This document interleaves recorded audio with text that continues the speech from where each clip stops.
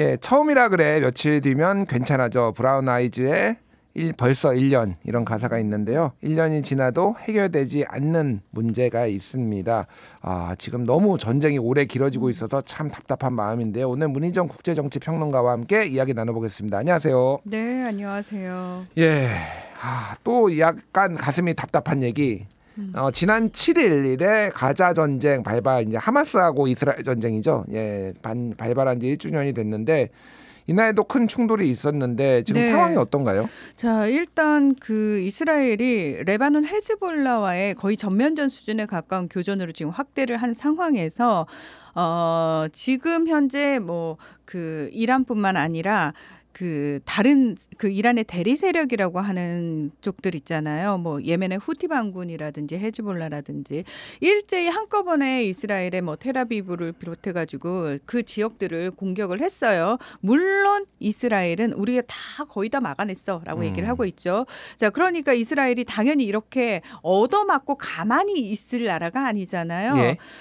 전투기 100대를 동원해 가지고요. 가자 지구라든지 그 레바논 남부를 또다시 폭격을 했습니다. 그래서 엄청나게 많은 사상자가 또다시 발생을 하고 있는 상황이고요. 뭐 1년이 됐기 때문에 그런 대규모 공격을 했다는 게 아니고 지금 현재 레바논 쪽에 지상 작전에 1개 사단을 더 투입을 한 상황이에요. 그래서 지금 4개 사단이 들어가 있거든요. 그러니까 우리가 보통 1개 사단이라고 하면은 이스라엘 경우에는 한 10,000명 정도가 안 되는 수준이라고 그래요. 그러니까 꽤 많은 인원이 거기 들어가 있는 거라고 보시면 되죠. 그래서 네.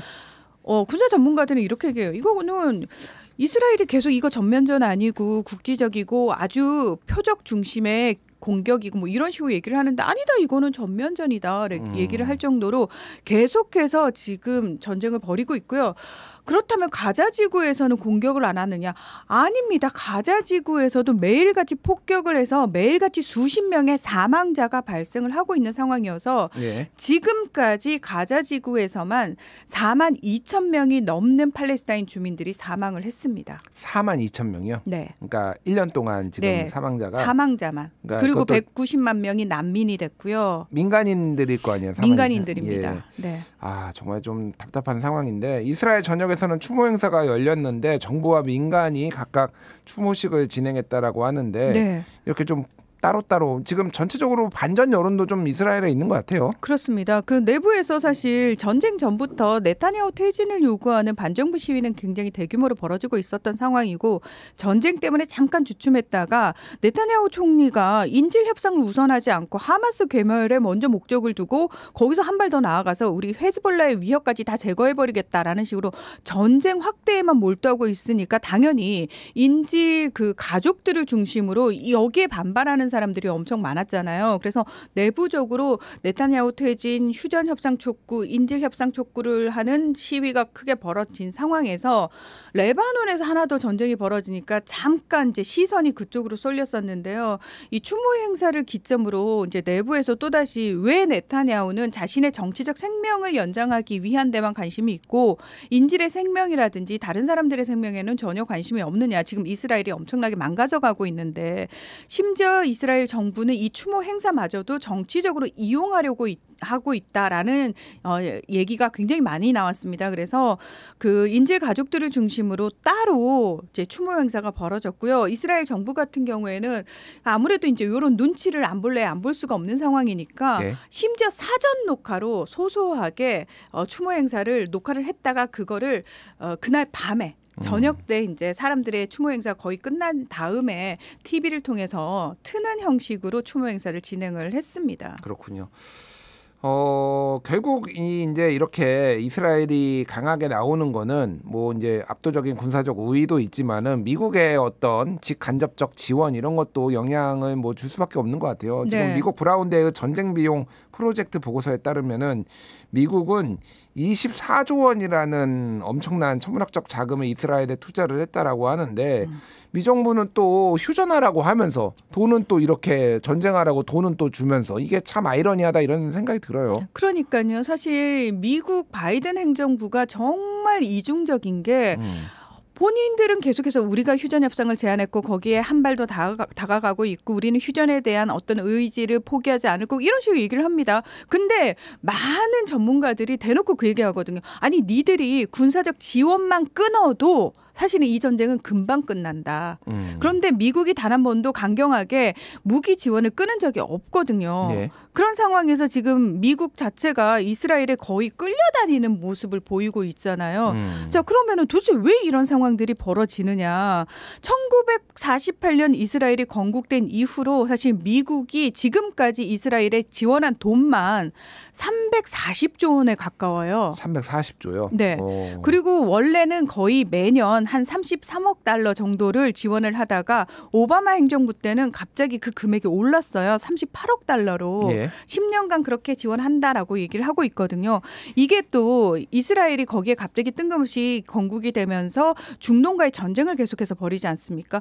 인근 지역의 중동 국가들이 다 이스라엘을 적으로 두는 상황에서 이스라엘과 국경을 접하고 있는 이집트 입장에서는 워낙 가난한 나라이기 때문에 산유국이 아니거든요. 그래서 예. 이집트는 인구는 1억이 넘어가는데 내부의 산업 구조가 별로 없습니다. 그래서 거의 사람들을 그 중동 국가로 파견을 해가지고 그 외부에서 들어오는 돈으로 국가가 먹고 산다고 얘기할 정도로 가난한 나라거든요. 예.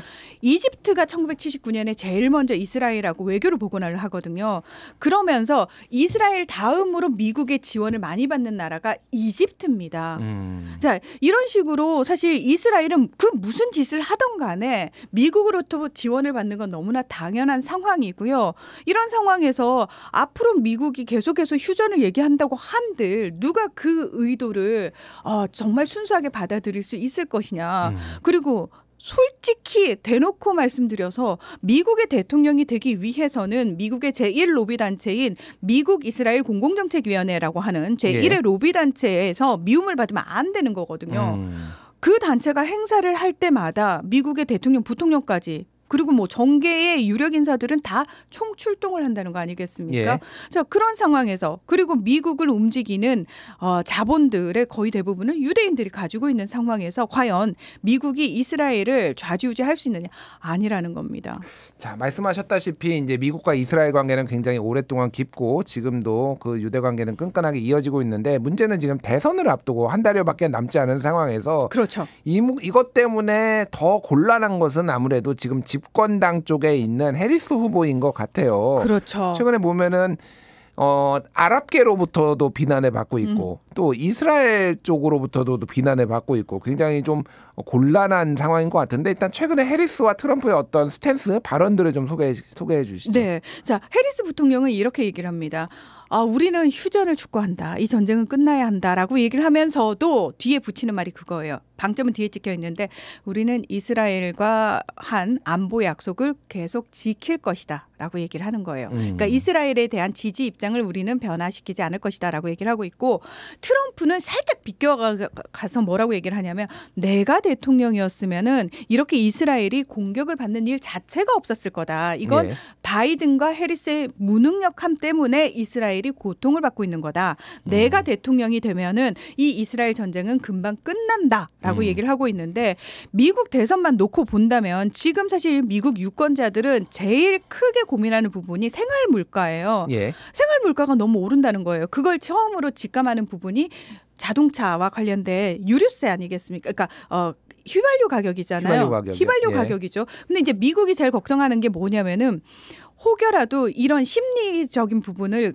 건드리게 되는 게 이란의 핵시설이나 정유시설, 석유시설을 이스라엘이 공격을 해가지고 국제유가가 확 급등을 하게 되면은 그러니까 심리적으로 미국 유권자들이 받는 그 충격이 엄청 날 거라는 거죠. 예. 그래서 미국은 지금 이스라엘한테 좋아 공격하는 건 우리가 봐줄 수 있는데 제발 그것만 피해서 좀 공격을 해주라라고 매달리고 있는 상황이거든요. 그것만 하면 된다라고 얘기를 하고 있는데 미국 대선과 관련해서 이스라엘이 또 하나의 딜레마가 뭐냐면은 네타냐후 총리는 트럼프가 당선되길 원하고 있거든요. 전에도 한번 말씀해 주셨어요. 그러니까 이게 딜레마인 거예요. 예. 이스라엘 편을 안 들 수는 없는데 미국이 민주당이 지금 집권당이니까. 예. 그런데 네타냐후는 민주당의 유리한 행동을 절대 하지 않는단 말이에요. 전쟁이 커지면 커질수록 중동의 어떤 분쟁이 커지면 커질수록 사실은 미국 선거 자체가 민주당한테 불리한데 네타냐후는 마치 그거를 촉발하듯이 계속해서 미국 민주당에 반하는 행동들을 하고 있거든요. 예. 트럼프는 그걸 또 이용해서 공격을 하고 있죠. 자, 그리고 이스라엘과 가장 적대적인 위치에 있는 이란의 입장은 또 되게 희한한 게 뭐냐면 트럼프가 당선이 안 되길 바라거든요. 트럼프가 그 약속을 깨고 지금 이란 핵합의를 2018년에 일방적으로 탈퇴를 하면서 이란이 경제적으로 너무 힘들어지니까 이게 계산이 어떻게 하다 보니까 미국 민주당하고 이란이 대선과 관련해서 같은 목표를 공유하게 되는 거고 트럼프와 이스라엘 네타냐후가 같은 목표를 이렇게 공유하게 되는 이런 아이러니한 상황이 벌어졌다라는 겁니다. 그렇군요. 그래서 어쨌든 지금 뭐 미국의 스탠스는 이란의 핵시설만큼은 공격을 하면 안 된다. 그것만 안 해주면은 우리가 외교 패키지를 비롯해가지고 군사 지원이라든지 이런 거 다 해줄게라는 얘기가 이스라엘 현지 언론을 통해서 흘러나온 거예요. 그러니까 미국이 그런 식의 제안도 하고 있다. 라고 얘기를 하면서 동시에 지금 또 하나 나온 얘기가 뭐냐면은 물밑에서 미국과 이란이 이 중동 전역에 전선을 놓고 협상을 진행 중에 있다라는 얘기가 지금 흘러나오고 있거든요. 이 얘기는 뭐냐면은 지금 미국 정부 입장에서 해볼 수 있는 건 다 해보는데 이스라엘이 전혀 말을 듣지 않으니까 이런 얘기가 지금 밖으로 흘리는 겁니다. 알겠습니다. 어쨌든 방금 전에 얘기를 나눴던 게 이스라엘은 지금 아예 하메네이인가요? 네. 하메네이를 제거할 수도 있다. 네, 이란의 최고 지도자죠. 최고 지도자 하메네이를 이제 대통령보다 위에 있는 그렇죠. 하메네이를 제거할 수도 있다. 핵시설을 타격할 수도 있다. 이런 거를 계속 흘리고는 있는데 미국의 입장은 어쨌든 너희가 공격을 받았으니 보복을 하는 것까지는 오케이. 근데 거기까지 가면 안 돼. 요거잖아요. 그렇죠. 그러니까. 왜냐하면 이란에서 하메네이는 굉장히 상징적 존재예요. 실질적으로 권력의 중심에 있는 사람이기도 하지만 아마도 그러니까 1979년에 이슬람 혁명이라고 하죠. 그 이전에 팔레비 왕조가 친미 왕조였거든요. 굉장히 이 친서방적인 나라였단 말이에요. 그리고 1979년에 그 이슬람 혁명이 벌어지면서 이란이라는 나라가 신정 체제, 그러니까 종교적 최고 지도자가 권력의 정점에 서는 그 정치 체제가 만들어지거든요. 자, 그렇기 때문에 호메이니에 이어서 하메네이가 두 번째 최고 지도자인데 이 사람을 만약에 이스라엘이 건드린다? 그러면 이거는 이슬람 혁명이 벌어지던 당시의 중동의 위기로까지 번질 수가 있는 거죠. 그래서 미국 입장에서는 지금 거기까지 가면 안 되는 상황인 거죠. 그래서 이스라엘을 계속 이제 자중을 시키고 있는데 사실 네타냐후 총리 입장에서는 그건 나 알바 아니고 나는 어쨌든 계속 내 총리 자리 유지할 수 있고 내 지지율도 오르고 있고 게다가 트럼프까지 당선이 되면 난 더 금상첨화고. 사실 요아브 갈란트 국방장관 이스라엘 장관을 미국이 불러들였거든요. 미국으로. 그런데 네타냐후 총리가 야, 내 허락 없이 가지 마. 이러고 갑자기 방문을 취소를 시켜버린 거예요. 그러니까 지금 미국 그 바이든 대통령부터 시작해가지고 고위 그 관계자들이 하는 얘기가 이스라엘이 어떤 정보도 전혀 공유를 안 해주려고 한다는 거예요. 그나마 전쟁 내각에서 지금 소수가 이 모든 걸 결정을 하고 있는 상황에서 갈란트 국방장관은 미국하고 대화가 되는 인물이었거든요. 그리고 네타냐후의 반대편에 서 있는 사람이기도 하고 그런데 갈란트 장관하고의 어떤 이런 밀착 협력 이런 얘기도 못하게 해버린 상황에서 결국은 미국이 지금 네타냐후 입만 쳐다봐야 되는 상황이 아니냐. 그래서 물밑에서 급하게 움직이고는 있습니다만 결국은 네타냐후가 어떻게 하느냐에 달려있는 상황이 돼버린 거죠. 저는 굉장히 어색한 게 역대 미국 대통령 쪽에서 이렇게 무기력하게 뭐 이스라엘이 됐든 어느 나라가 됐든 다른 나라한테 이렇게 끌려간 대통령이 있었나? 뭐 바이든 대통령이 지금 레임덕이 온 것도 맞고 지금 뭐 40여일 동안 공식 일정이 없을 정도로 지금 두문물질하고 있고 바이든 네타냐후는 지금 소식이 끊겼다 사실상 뭐 이런 얘기까지 지금 나오고 있는 상황인데 어떻게 이렇게 무능할 수가 있는지 전 그게 좀 의아하더라고요. 그게 저는 사실 그 바이든 대통령이 지금 말씀하신 것처럼 이렇게 무능한 미국 대통령이 있었나 싶은 이미지잖아요. 있잖아요. 예. 근데 본인 입으로도 그 얘기를 했어요. 아니 나만큼 이스라엘을 지원한 대통령이 없다.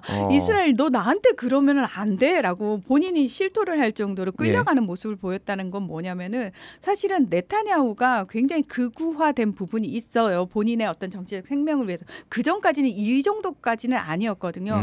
그리고 사실은 그 이스라엘 자체가 처음에 이스라엘을 만들 때는 그래도 진보적인 유대인들 중심이었거든요. 예. 그런데 이게 참 그 지정학적 위치가 이 내부 상황을 많이 변화시킨다고 점점 내부에 극우적 성향이 강한 사람들의 비율이 높아지고 있고 그러다 보니까 정치권에 들어온 극우 정치인들이 더 많아지고 있고 결국은 이스라엘 정치 자체를 극우들이 쥐락펴락하는 상황까지 와버린 게 미국의 대통령을 허수아비로 만든 근본 원인이라고 볼 수 있겠죠. 알겠습니다. 자, 그러면 이제 대선 해리스는 좀 답답할 것 같은데 지금 미국 선거 상황이 어떤지를 좀 살펴보겠습니다. 해리스가 전국 그 지지율 전국 조사에서는 한 뭐 2~3% 앞서는 여론조사가 대체로 많은데 지금 경합주로 가면은 이건 알 수 없다. 오히려 저는 오늘 그 한겨레에서 쓴 건데 그 김동문 전미 유권자협회 이 회장님 이분이 쓴 거는 트럼프가 이길 것 같다. 이런 전망을 또 내놨더라고요. 지금 어떻게 돼가고 있는 건가요? 그 실제로 제가 계속 했던 말이 뭐냐면 해리스는 그 후보직을 승계받는 그 과정에서 미국 전직 대통령 민주당이 그리고 미국 주류 언론들이 나서가지고 잡음 없이 진짜 온 힘을 다 기울여가지고 그걸 해줬다. 자, 그 순간부터는 이제 해리스의 몫이다. 해리스의 역량이 나와줘야지만 이걸 끌고 갈 수 있다라고 계속 말씀을 드렸었는데요. 해리스 자체가 역량이 없다는 거예요. 눈에 띌 만한 어떤 유권자들을 유입시킬 만한 그 매력을 못 발휘하고 있는 건데 그게 없다라는 게 확실한 게 뭐냐면은 전국적인 여론조사에서도 그 격차가 계속 줄어들고 있다는 거예요. 예. 그리고 경합주에서는 지금 원래는 해리스가 앞선다 또는 동률이다 뭐 엎치락 뒤치락 한다라는 얘기가 계속 있었잖아요. 그런데 어느 순간부터 트럼프가 이제 거의 대부분 먹었는데 라는 얘기까지 나오고 있다라는 거예요. 예. 지금 얼마나 상황이 급박한지 트럼프 같은 경우에는 아직도 그 전국적으로 유세 현장을 본인이 엄청난 그 스케줄을 소화하면서 돌아다니고 있거든요. 해리스는 사실 그 행동력이 없습니다. 이게 되게 희한한 게 본인이 되게 급하다는 생각을 하면은 발로 뛰어야 되는데 지금 무슨 얘기까지 나오고 있냐면 해리스가 너무 안 움직인다. 그러니까 최근 들어서 해리스는 원래 언론과의 인터뷰를 굉장히 기피하는 사람이었어요. 예. 자신 없어하고 그런 사람인데 최근 들어서 언론 인터뷰를 많이 하고 있는데 그것도 민주당을 지지하는 친민주당 성향의 언론들하고만 인터뷰를 한다는 거예요. 그러니까 그것 자체가 해리스가 지금 급하긴 급해서 언론 인터뷰를 통해서 자기 얘기를 계속하고 있지만 중요한 건 유권자들은 미국은 발로 뛰는 후보 나하고 직접 얼굴이 또 한번 보고 싶고 유세장에 우리 지역 유세장에 나타난 후보를 보고 싶다는 거예요. 그래서 예. 월즈 부통령 후보만 열심히 뛰어다니고 있는데 사람들은 아니 난 해리스 얼굴을 좀 보고 싶다. 특히 경합주에서도 해리스 얼굴을 보기 힘들다라는 얘기까지 나오고 있거든요. 그래서 이런 분위기라면은 트럼프가 당선될 가능성이 훨씬 높다. 심지어 세계적인 그 베팅 사이트 있잖아요. 예. 거기서도 다시 트럼프가 이제 당선될 가능성이 높아졌다라고 뒤집어졌다고 합니다. 아, 그렇군요. 참 이게 선거를 알 수가 없네요. 얼마 전만 하더라도 또 뭐 해리스가 좀 더 유리한 거 아니냐 이런 얘기까지 나왔는데 결국은 경합주가 어떻게 되느냐에 달린 거네요. 그러면. 그렇죠. 근데 경합주에 해리스가 부지런히 다니질 않는다는 게 왜 안 다니는? 아니 46년생 트럼프도 지금 그 내모레 80인 트럼프도 그렇게 열심히 다닌다는데. 그래서 이제 샤이한 건가요, 해리스는? 아니요, 해리스가 활달한 성격으로 알고 있는데. 그런데 희한하게 그런 데를 잘 안 다닌다고 그래요. 그게 또 안 맞는 사람이 있나 봐요. 그러니까. 네. 그래서 이게 사람들이 되게 답답해하는 부분이 바로 그 지점이라고 합니다. 부지런히 좀 움직이세요 하는데도 거의 뭐 예를 들면은 뭐 100군데를 트럼프가 다닌다 그러면은 해리스는 한 30군데, 40군데 정도를 다니고 나머지는 다 참모들로부터 계속 브리핑만 받는다는 거예요. 예. 그러니까 의미가 없는 거죠. 알겠습니다. 뭐 나중에 한번 다시 짚어볼 일이 있을 것 같고요. 짧게 두 가지 소식 더 짚어보겠습니다. 멕시코의 지방도시 시장이 참수된 채 발견된 끔찍한 사고가 있었다. 네. 시장이 이게 목이 잘렸다고요? 네. 와. 그러니까 심지어 이 사건도 어떻게 밝혀진 거냐면 SNS에 어떤 사진이 돌아다니는데 픽업 트럭 위에 이게 참수된 머리가 있고 차 안에 그 머리가 없는 몸이 있는 사진이 돌아다니는 거예요. 예. 이게 뭐야 이러고 봤더니 취임 6일 된 시장이었다라는 겁니다. 6일밖에 안 됐는데 참수가 됐다고요? 예, 그렇습니다. 자, 그러면 과연 이 대담한 범죄를 저지를 수 있는 세력이 어디냐? 그 유명한 악명 높은 멕시코의 마약 카르텔이라는 거죠. 예. 자, 멕시코에서는 사실 아마 다들 아시겠지만 미국이 지금 마약 때문에 엄청나게 몸살을 앓고 있거든요. 그 마약 중독 때문에 예. 엄청나게 이제 골치를 앓고 있는데 그 많은 미국에 공급되는 마약이 거의 대부분 어디서 온다? 멕시코에서 오는 거예요. 예. 근데 미국에 그렇게 마약 중독자가 최소 3천만 명이라고 하는데 그 3천만 명의 마약을 공급하는 곳이 멕시코다 보니까 멕시코의 마약 카르텔이 어마무시하게 성장을 했습니다. 그래서 멕시코 정부가 2006년부터 도저히 안 되겠다 싶어서 소탕 작전에 나서거든요. 군을 동원해가지고. 예. 그래서 수장들을 잡아들이고 치잖아요. 그러면은 윗대가리가 비었네 이러면 다른 파벌들이 또다시 수장을 올리는 거예요. 그러니까 폭력 범죄가 더 기승을 부리는 겁니다. 그 과정에서 마약 카르텔이 돈이 많아지니까 뭘 하냐면은 그 지역을 장악을 하는 거예요. 예. 그러면은 그 지역에 도로도 우리가 건설해주고 교회 같은 것도 건설해주고 학교도 만들어주고 병원도 만들어주는 거예요. 그리고 그 지역에서 나고 자라서 실업률도 높은데 취직할 데가 없다? 그럼 그냥 마약 카르텔의 일원이 되는 겁니다. 아니 그럼 공권력은 뭐 하나요? 공권력도 힘이 없는 거예요. 왜? 마약 카르텔이 잘못 찍히면 정치인이고 언론인이고 다 이런 식으로 살해를 당하는 사건이 시범 케이스로 그러면은 우리 말을 안 들어? 보여주겠어. 뭐 이런 건가요? 이런 시범 케이스는 2006년부터 지금 엄청나게 수백 건이 넘게 벌어지고 있죠. 지난 6월에 선거가 있었거든요. 예. 그 과정에서 제가 마약 카르텔 소탕하겠습니다라고 얘기했던 정치인들 24명 최소 24명이 살해당했습니다. 과정에서. 예, 과정에서요. 네.